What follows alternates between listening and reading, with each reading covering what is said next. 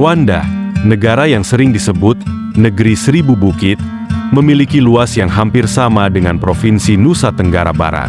Negara ini terletak di Afrika Tengah dan berbatasan dengan 4 negara lain. Burundi di sebelah selatan, Tanzania di sebelah timur, Uganda di sebelah utara, dan Republik Demokratik Kongo di sebelah barat. Meskipun ukurannya kecil, Rwanda dikenal dengan keindahan alamnya yang menakjubkan dan upaya pembangunan pasca genosida yang mengagumkan.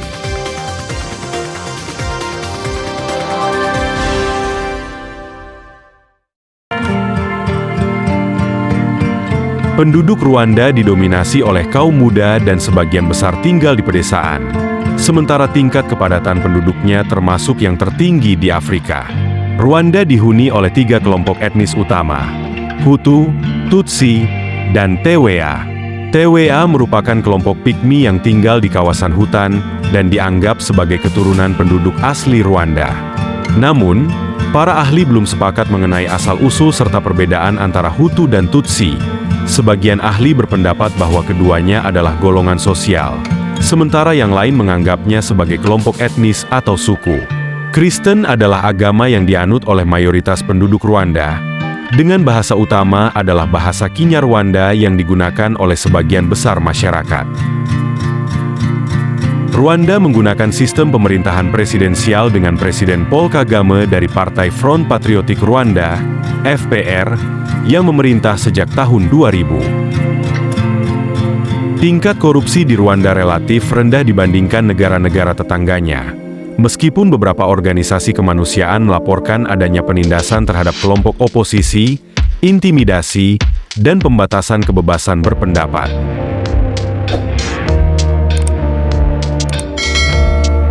Setelah mengalami kehancuran ekonomi akibat genosida Rwanda 1994, perekonomian Rwanda berhasil pulih. Ekonomi negara ini didominasi oleh sektor pertanian, dengan kopi dan teh menjadi komoditas ekspor utama yang menyumbang devisa terbesar. Pariwisata juga menjadi sektor yang berkembang pesat dan kini menjadi sumber devisa utama. Masih banyak hal lain fakta menarik Rwanda selain letak geografisnya. Berikut 6 fakta menarik Rwanda yang kami rangkum. Rwanda adalah salah satu negara terbersih di Afrika. Selain melarang penggunaan kantong plastik dan bahan kemasan selama lebih dari 10 tahun, warga lokal juga aktif mengikuti kegiatan pembersihan komunitas bulanan yang disebut Umuganda. Umuganda, yang berarti bersatu untuk tujuan bersama, diperkenalkan pada tahun 1998 dan mencakup berbagai kegiatan, seperti pemulihan hutan dan lahan basah, serta pembangunan sekolah dan rumah sakit. Walaupun Umuganda wajib bagi warga Rwanda berusia 18-35 tahun, para pengunjung dan ekspatriat juga didorong untuk berpartisipasi pada hari Sabtu terakhir setiap bulan. Penghasil kopi terbaik di dunia. Di sini, Anda akan menemukan kopi berkualitas terbaik di dunia. Kopi yang luar biasa ini tumbuh subur di pegunungan. Berkat dataran tinggi dan iklim tropis Rwanda, Anda bisa menikmati cita rasa kopi yang istimewa. Kebanyakan dari jenis bourbon yang lembut dengan aroma seperti cairan emas. Perkebunan kopi Rwanda yang semakin populer juga menawarkan pemandangan memukau. Daun-daun hijau yang berkilau menyelimuti bukit-bukit hijau yang terbentang luas. Rwanda merupakan negara dengan partisipasi wanita di bidang politik tertinggi di dunia. Rwanda menjadi pelopor dalam mewujudkan kesetaraan gender di dunia politik. Dengan lebih dari 60% kursi di parlemen ditempati oleh perempuan, Rwanda menjadi negara pertama dengan tingkat representasi perempuan tertinggi di pemerintahan. Lebih tinggi daripada negara lain manapun di dunia. Pemerintah Rwanda juga mengedepankan kesetaraan hak. Sejak 2018, negara ini menduduki posisi teratas dalam daftar kesetaraan gender menurut laporan kesenjangan gender global. Nilai-nilai ini diwujudkan tidak hanya di bidang politik tetapi juga melalui pendidikan, peluang kerja, dan peran perempuan dalam sektor kesehatan. tempat habitat gorila gunung di alam liar. Gorila adalah jenis kera yang paling banyak ditemukan di wilayah Afrika Tengah, termasuk bagian barat Rwanda. Wisata gorila menjadi kegiatan utama yang menyumbang jutaan dolar bagi pendapatan Rwanda. Menyaksikan gorila di habitat aslinya sangat mengesankan, mulai dari gerakan mereka yang kuat, permainan mereka, suara mereka yang khas, dan lainnya. Yang menarik, mereka hidup bebas di alam liar, bukan dalam kurungan. Untuk mendorong aktivitas dan transportasi yang ramah lingkungan, Rwanda mengadakan Hari Bebas Mobil secara rutin di ibu kotanya yang hijau, Kigali, setiap hari Minggu pada pekan pertama dan ketiga setiap bulan. Jalan-jalan yang biasanya padat kendaraan ditutup, sehingga para pesepeda, pelari, dan pemain skateboard dari berbagai kalangan dapat menggunakannya. Selain bertujuan mengurangi emisi gas, Hari Bebas Mobil menjadi momen yang ditunggu-tunggu oleh warga Kigali, karena memberikan kesempatan untuk bersosialisasi dan beraktivitas di luar rumah dengan aman. Rwanda jadi negara Afrika pertama yang jadi tuan rumah kejuaraan bersepeda jalan raya dunia. Meskipun persaingan antara Rwanda dan Maroko sangat sengit, Persatuan Bersepeda Internasional telah memastikan bahwa Kigali akan menjadi tuan rumah kejuaraan dunia bersepeda jalan raya 2025, yang pertama kali diadakan di benua Afrika. Dengan kombinasi luar biasa antara pemandangan indah, tanjakan yang menantang, dan turunan yang memacu adrenalin, tak heran Rwanda telah menjadi tujuan favorit bagi para pesepeda dalam beberapa tahun ini. Negara ini sudah lama dikenal sebagai penyelenggara Tour du Rwanda, di mana ribuan penggemar berkumpul untuk mendukung pembalap lokal dan dari negara tetangga. Sandal jepit tidak diperbolehkan di Rwanda. Anda tidak diizinkan mengenakan sandal jepit saat berjalan di tempat umum di Rwanda. Karena desainnya terbuka, sandal jepit dianggap kurang higienis karena tidak melindungi bagian kaki yang rentan.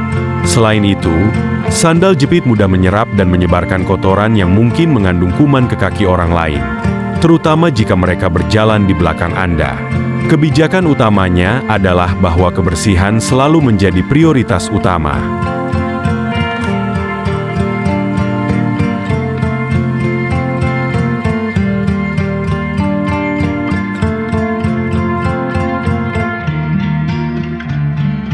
Sejarah Rwanda. Pada konferensi Berlin 1884, Rwanda dimasukkan ke wilayah Kekaisaran Jerman, memulai masa kolonial. Gustav Adolf von Gotzen menjadi orang Eropa pertama yang menjelajahi Rwanda pada 1894 dan bertemu dengan raja setempat. Jerman mendukung raja dan struktur kekuasaan lokal tanpa banyak mengubahnya. Sementara Belgia yang mengambil alih pada Perang Dunia Pertama mengatur dengan lebih langsung, memperkuat sistem kekuasaan, serta meningkatkan pendidikan, kesehatan, dan pertanian. Kedua penjajah mendukung dominasi Tutsi, dan pada 1935 Belgia menerapkan kartu identitas yang menentukan apakah seseorang adalah Tutsi, Hutu, atau TWA, sehingga menghalangi perpindahan status. Setelah Perang Dunia Kedua, Rwanda dikelola Belgia sebagai wilayah kepercayaan PBB dengan tujuan menuju kemerdekaan. Ketegangan antara Tutsi yang menginginkan kemerdekaan dan pergerakan emansipasi Hutu memicu revolusi Rwanda 1959. Dengan Hutu membunuh Tutsi dan memaksa lebih dari 100.000 orang mengungsi. Pada 1962, Rwanda memperoleh kemerdekaan setelah referendum yang didukung Belgia, yang kini pro-Hutu. Kekerasan terus terjadi karena serangan Tutsi dari luar negeri dibalas dengan penindasan. Pada 1973, Juvenal Habyarimana merebut kekuasaan melalui kudeta. Diskriminasi pro-Hutu tetap berlangsung, tetapi ekonomi meningkat dan kekerasan berkurang, meski TWA tetap termarginalisasi. Pada 1990, Front Patriotik Rwanda, FPR, yang dipimpin pengungsi Tutsi menyerang dari utara, memicu perang saudara Rwanda. Tekanan membuat Habyarimana setuju untuk berkoalisi dengan oposisi dan menandatangani Persetujuan Arusha 1993. Tanggapan internasional minim, dan sekitar 2 juta Hutu mengungsi karena takut pembalasan. FPR menjadi salah satu kekuatan utama dalam Perang Kongo pertama dan kedua. Di Rwanda, proses rekonsiliasi dimulai dengan Pengadilan Kriminal Internasional untuk Rwanda dan Pengadilan Desa Tradisional Gacaca. Pada tahun 2000-an, Rwanda mengalami kemajuan pesat di bidang ekonomi, pariwisata, dan pembangunan manusia. Antara 2006 hingga 2011, angka kemiskinan menurun dari 57% menjadi 45%, dan angka kematian anak menurun dari 180 per 1000 kelahiran pada 2000 menjadi 111 per 1000 pada 2009. Kemajuan pesat ekonomi Rwanda dari kondisi yang sebelumnya terpuruk bisa memberikan banyak hikmah dan pelajaran berharga. Antara lain, keberhasilan Rwanda mengajarkan kita pentingnya kepemimpinan yang kuat, rekonsiliasi sosial, investasi pada pendidikan, pemanfaatan teknologi, dan kerjasama internasional dalam membangun negara.